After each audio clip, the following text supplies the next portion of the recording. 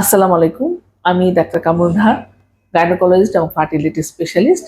নিয়মিত চেম্বার করছি প্যানকেয়ার হাসপাতাল এবং ফার্টিলিটি সেন্টারে প্রতি শনি, সোম, বুধবার সকাল 11টা থেকে দুপুর 1টা পর্যন্ত। আজকে আপনার কথা বলবো, গত সিরিজে আমি বলেছিলাম যে একজন স্বামী স্ত্রী যদি বন্ধ্যাত্ব নিয়ে আসেন তাদেরকে আমরা কি কি করব। আমি আজকে আবার সেগুলো রিপোর্ট করছি।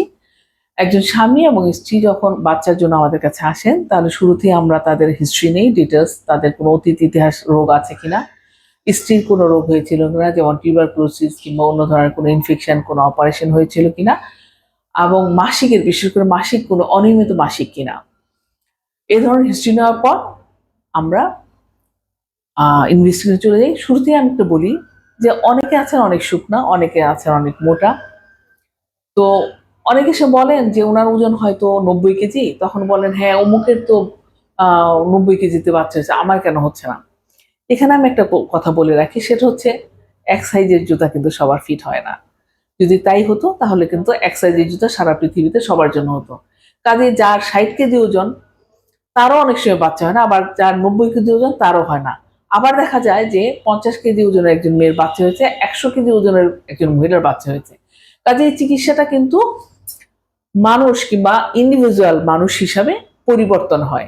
অর্থাৎ আমরা ইতিহাস নেওয়ার পরে, হিস্ট্রি নেওয়ার পর, পরীক্ষা নিরীক্ষার পরে এক একজনের চিকিৎসা এক এক রকম হয়ে যেতে পারে, কারোর সাথে কারো মিল হবে না।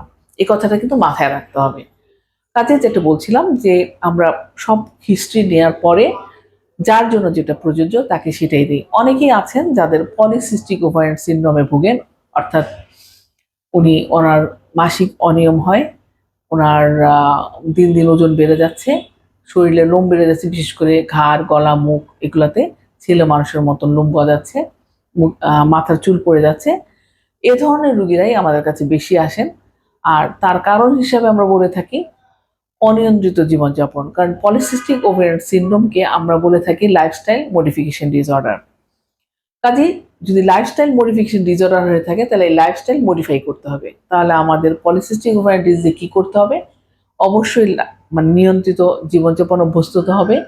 কার্বোহাইড্রেট জাতীয় খাবার, জাঙ্ক ফুড খাবার অ্যাভয়েড করতে হবে, নিয়মিত ব্যায়াম করতে হবে, স্ট্রেস কমাতে হবে, পরিমিত ঘুমাতে হবে। তাহলেই আমরা এই পলিসিস্টিক ওভারিয়ান ডিজিজ থেকে বের হয়ে আসতে পারবো। আশা করি বুঝতে পেরেছেন। সবাইকে ধন্যবাদ।